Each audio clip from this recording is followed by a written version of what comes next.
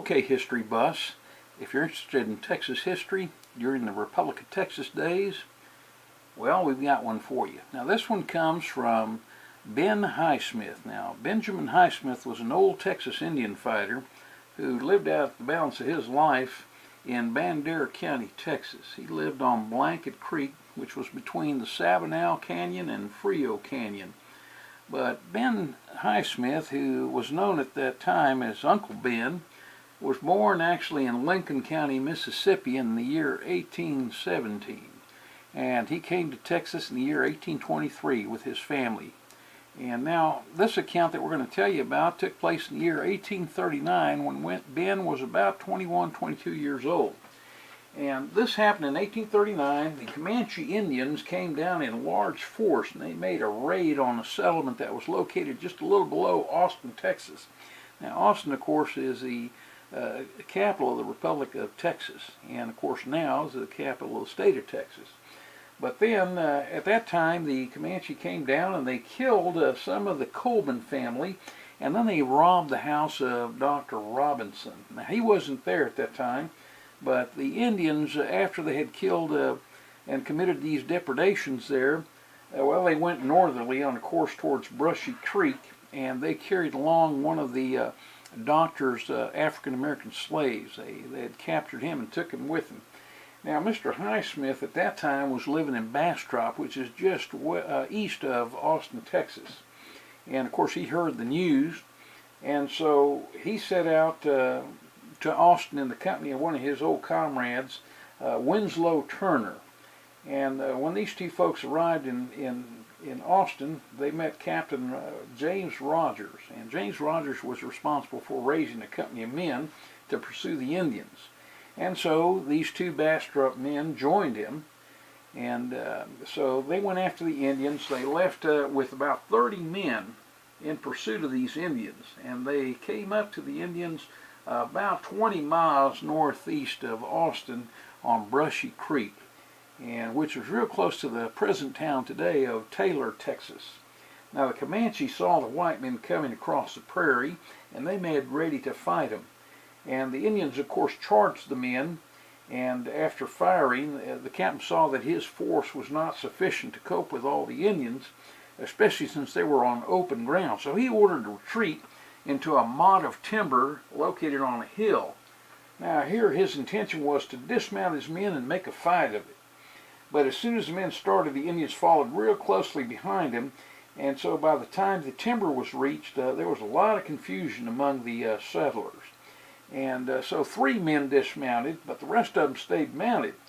And so the 3 men who dismounted was Ben Highsmith, Winslow Turner, his buddy, and Jacob Burleson, who was brother to General Ed Burleson, another Texas Indian fighter, who wasn't in this battle at this time. Anyway, so these 3 men dismounted, but they saw they were greatly outnumbered, so they went to mount their horses again to rejoin their comrades. And so they hastily remounted and followed after their own men. But of course, they were being followed by the Indians, who had fired a volley with their rifles. They did have some rifles with them.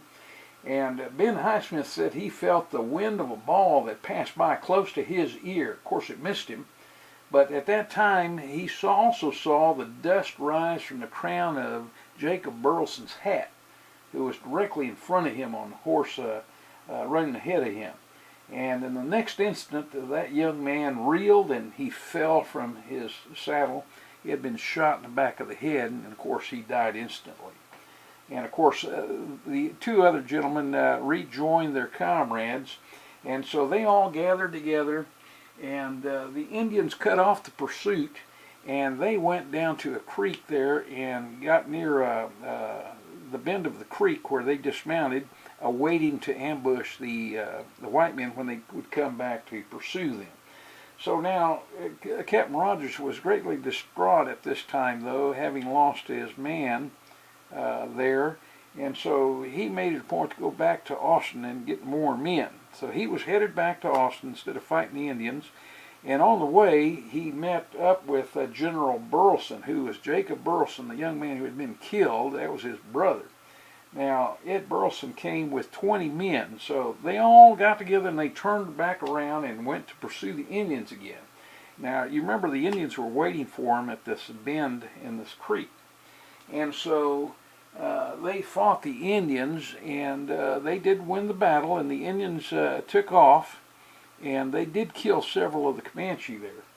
And of course, after the battle, they went and retrieved the young man's body, Jacob Burleson's body, and they found that he had been shot through the head, as Highsmith had described it. But he also had his right hand and his right foot cut off by the Indians in the interim. And of course, they also scalped young Burleson. And in this particular instance, the Comanche had cut out his heart, which wasn't a typical practice, but in this particular instance, they did that.